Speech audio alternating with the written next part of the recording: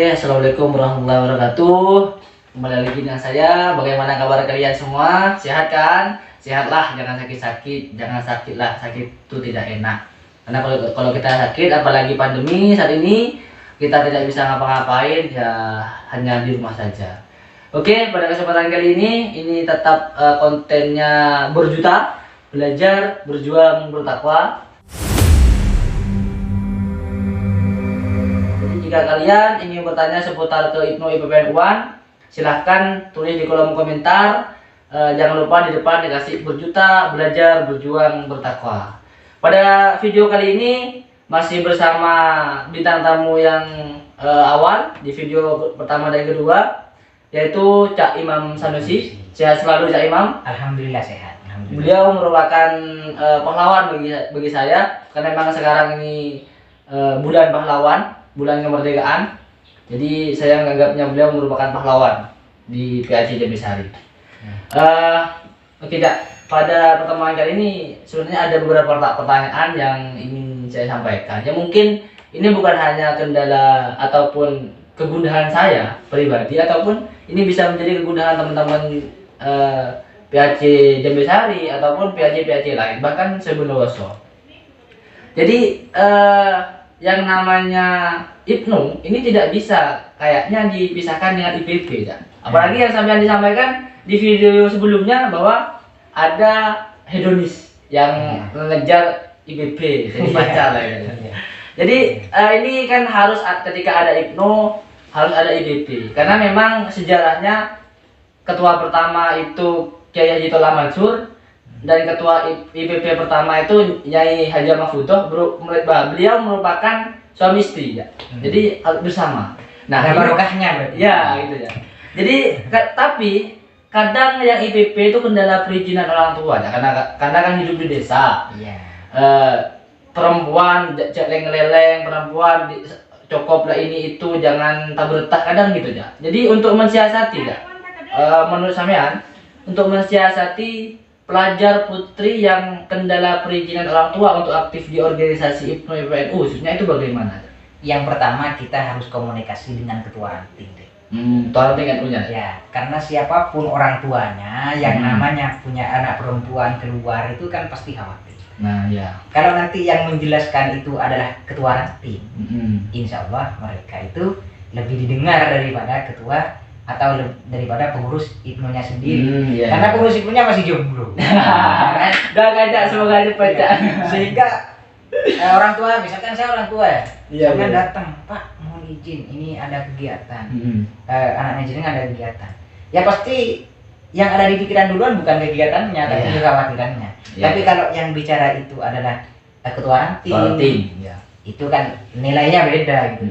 Makanya komunikasi yang pertama ketua ranting dulu, sosialisasi bahwa itu ada kegiatan, IPP juga ada kegiatan. Ini kan untuk dijikan seperti apa Pak, meyakinkannya gimana. Minta bantuan ketua ranting satu. Terus yang kedua bersurat. Nah, resmi disampaikan kepada orang tuanya. Dan kemudian nanti di kegiatan jangan dicampur. Nah, karena ketika kita sudah mendapatkan kepercayaan, yang paling sulit adalah menjaga kepercayaannya. Gitu. Amanahnya itu. Makanya ketika sudah diizinkan, maka kepercayaan itu harus dipelihara. Ya kegiatannya harus berjarak gitu, jangan campur antara, apalagi pas ngobrol berdua di tengah-tengah kegiatan gitu. Ini kan namanya ada kegiatan dalam kegiatan gitu. Ada forum dalam forum. Ada forum dalam forum gitu. Terus yang berikutnya bikinlah kegiatan kalau yang untuk IPP itu yang di siang hari, jangan malam hari. Terus kemudian misalkan komisariat, di pesantren misalkan, itu kan sulit tuh di sini, tidak mungkin kan kalau di pesantren. Ya kegiatan nggak kalau di pesantren tersebut. Misalkan pesantren Alimam misalkan, ada kegiatan misalkan untuk kader IPP yang berada di dalam pesantren tersebut, maka kegiatannya harus itu, tidak usah keluar. Karena kita harus menyadari bahwa kita ini adalah organisasi yang Ibnu itu NU, Nahdlatul Ulama gitu. Yang dia itu mempunyai pemikiran, mempunyai paham, mempunyai ajaran Ahlus Sunnah wal Jamaah, dan juga kajiannya kan kitab kuning. Dan lebih tahu terhadap haram dan halal. Ya, betul ya. Gitu. Itu kan harus apa namanya, masa mau diajari Iya, iya. kader IPNO, kader NU masa mau diajari wong yang punya gudangnya fikih kan, Nah, betul. begitu, yang tahu terhadap haram halal kan. Yang jelas kalau bukan muhrimnya kan, jangankan berdekatan, mandang aja udah dosa. Nah, Kecuali tidak sengaja memandang itu. nah, iya. Tapi kalau kedua kalinya itu bukan. Betul. Jadi Ya, kalian jangan hanya menjadi alasan aktif karena perempuan ya. Karena apalagi yang laki-laki ya. Karena kita ini budayanya ilmu fikih gitu ya. Iya. Ada imam. Sudah tahu hukum. Sudah tahu hukum. Kalau memang bukan muhrim jangan lah ya. Kalau memang pengen berdekatan dengan perempuan ya berarti dihalalin ya. Nah, Halalkan gitu. itu nanti kan IPNO ketemu IP. Nah, itu mungkin Bisa didoakan sama dia si Mas. Iya. Iya. Ini lagi ya, berkaitan dengan orang tua juga ya, ya. Iya. Karena kepercayaan orang tua juga sangat penting ya. Iya. Ini di Jambi Sari khususnya, nggak tahu kalau di daerah lain. Kebanyakan orang-orang NU ini anaknya itu tidak diarahkan ataupun enggan. Anak-anak orang NU ini enggan untuk gabung di IPNU. Padahal memang sudah jelas bahwa IPNU ini adalah organisasi anaknya NU. Kenapa kok anaknya orang NU ya, kayak teman-teman saya di rumah itu kok enggan ya? Bagaimana menurut sampean? Saya punya cerita. Karena itu sebenarnya kenapa anaknya warga NU itu tidak aktif di IPNU atau untuk mengikuti IPNU tidak mau. Itu sebenarnya ada mispemahaman. Bukan lagi miskomunikasi, tapi mispemahaman. Tidak lepas dari sejarah. Gitu ya, tidak lepas dari sejarah. Saya punya cerita begini. Saya pernah membawa bendera NU. Iya. Bendera NU yang berlogo NU ya. Iya. Benderanya itu saya bawa. Terus kemudian di rumah ini ada orang meninggal. Kifayah. Iya. Ada orang meninggal. Alatnya itu apa untuk membawa mayatnya itu kan pakai kain hijau. Iya. Termasuk tempat untuk memandikan mayat itu Iya. kainnya kan hijau. Nah, kebetulan itu diwadahi kresek, tas kresek warna hijau kan. Iya. Terus kemudian saya juga punya bendera NU warna hijau juga. Warna hijau juga. Nah, secara kebetulan pada waktu memberikan kepada si orang yang keluarga orang yang meninggal ini, karena sama-sama warna hijau, ini dibawa semua. Dibawa semua. Nah, nyampe di sana ketika sudah mau memandikan mayat, mau dikeluarkan kain hijau itu kena kepada bendera. Bendera ya. NU. Tertukar. Gitu. Tertukar. Nah, tertukar ke bendera NU. Nah, sehingga ada yang bilang, loh kok bendera partai? Oh. Kok bukan tabirnya tempat untuk mandikan mayit? Nah, akhirnya saya datang, oh itu tertukar bukannya itu. Yang ini, yang kresek, yang tas kresek satunya itu. Sehingga saya ambil yang bendera itu. Alhasil apa yang dapat saya pahami di situ kan ada bahasa barusan, loh kok bendera partai? Bendera partai. Nah, padahal bendera NU. Nah, ini analisa saya juga menjadi salah satu pemicu kenapa anaknya warga NU itu tidak diikutkan IPNU. Jadi dikira NU itu partai. Nah, artinya kan tidak semua orang, tapi tidak semua orang itu memahami begitu, dan tidak semua orang itu karena itu berpartai terus kemudian tidak mau aktif di NU, tidak semua seperti itu. Jadi pemahaman mereka itu NU adalah partai. Terus kemudian yang kedua, faktor dari pengaruh organisasi lain seperti itu, atau juga faktor pernikahan silang. Misalkan saya NU, kemudian saya nikah, istri saya bukan NU. Nah, sehingga saya mau ngajak anak saya ke IPNU, tidak enak ke istri saya. Atau istri saya mau ngajak anak saya ke organisasi lain, juga tidak enak kepada saya. Nah, sehingga itu juga menjadi salah satu penyebabnya. Bukan faktor utama tapi salah satu penyebabnya diantaranya barusan itu masyarakat masih belum paham NU itu apa. Masih ada yang memahami bahwa NU itu adalah partai politik. Seperti itu. Jadi belum bisa membedakan antara organisasi keagamaan dan organisasi partai politik. Jadi itu menurut saya. Terus kemudian gini, itu juga ada faktor lain seperti lingkungan. Kadang orang itu tidak hidup di lingkungan Nahdien, sehingga mau untuk berproses di Ibnu. Terus kemudian Ibnu itu kan pengabdian. Ibnu NU itu pengabdian, bukan untuk bekerja. Ya, betul. Nah, masih ada orang yang kalau tidak profit, tidak dapat profit oriented, tidak mau berorganisasi, masih ada seperti itu.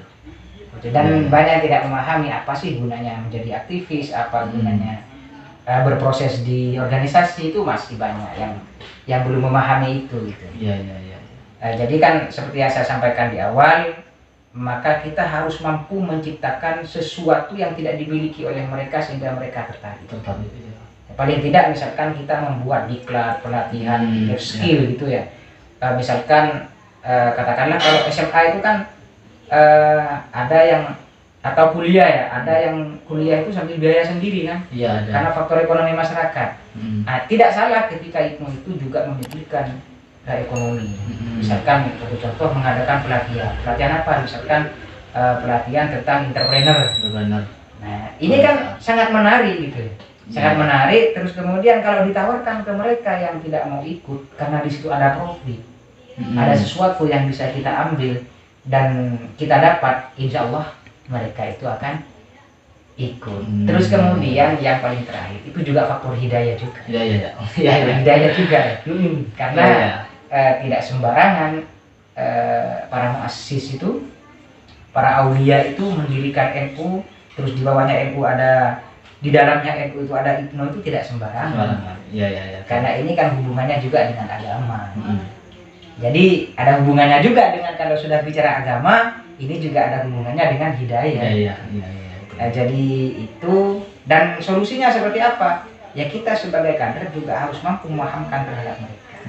Kita bisa memberikan sesuatu yang tidak dimiliki oleh mereka, sehingga mereka akan tertarik untuk proses di Ibnu atau di NU-nya, atau di IPP-nya seperti itu. Itu. Ini pertanyaan terakhir ya. Dan ini kan sampean bilang bahwa Ibnu ini kan penerusnya NU. Ini seberapa pengaruhkah Ibnu untuk roda organisasi di NU sendiri? Sangat besar pengaruhnya. Semakin mempunyai banyak kader, apalagi berkualitas, maka untuk meneruskan perjuangan NU ini tidak kewalahan, tidak sulit. Karena di NU ini kan bukan hanya sekedar organisasi biasa, tapi di situ juga bagaimana berakidah, bagaimana tasawufnya, kan gitu.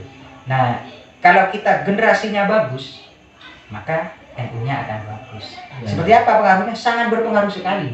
Kalau tidak ada Ibnu, tidak ada kader, terus nanti ketika mereka yang saat ini menjadi pengurus NU ataupun baik dari jajaran Tanfidiyah atau Sudiyah, ketika mereka itu sudah meninggal, siapa yang meneruskan?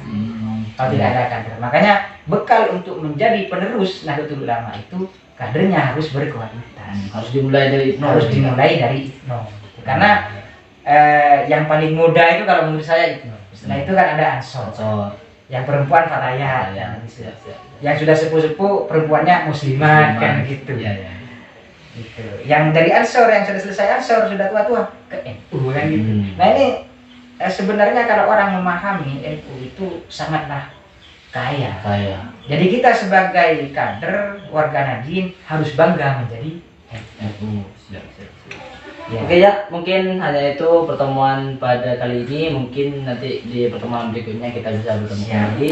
Oke, saya akhiri di pertemuan kali ini. Saya ulangi, jika kalian semua ada kegundahan, ada suatu hal yang ingin ditanyakan seputar ke Ibnu IPPNU-an, jangan sungkan-sungkan, langsung tulis di kolom komentar. Jangan lupa di depan dikasih belajar, berjuang, bertakwa. Jangan lupa jika video ini agak bermanfaat, jangan lupa di-share agar teman-teman kalian, jangan hanya kalian yang bisa mendapatkan manfaatnya, pengetahuannya. Jadi teman-teman kalian juga bisa merasakan pengetahuan-pengetahuan baru terkait dengan Ibnu IPPNU. Akhirnya dari saya, jangan lupa like dan subscribe. Assalamualaikum warahmatullahi wabarakatuh.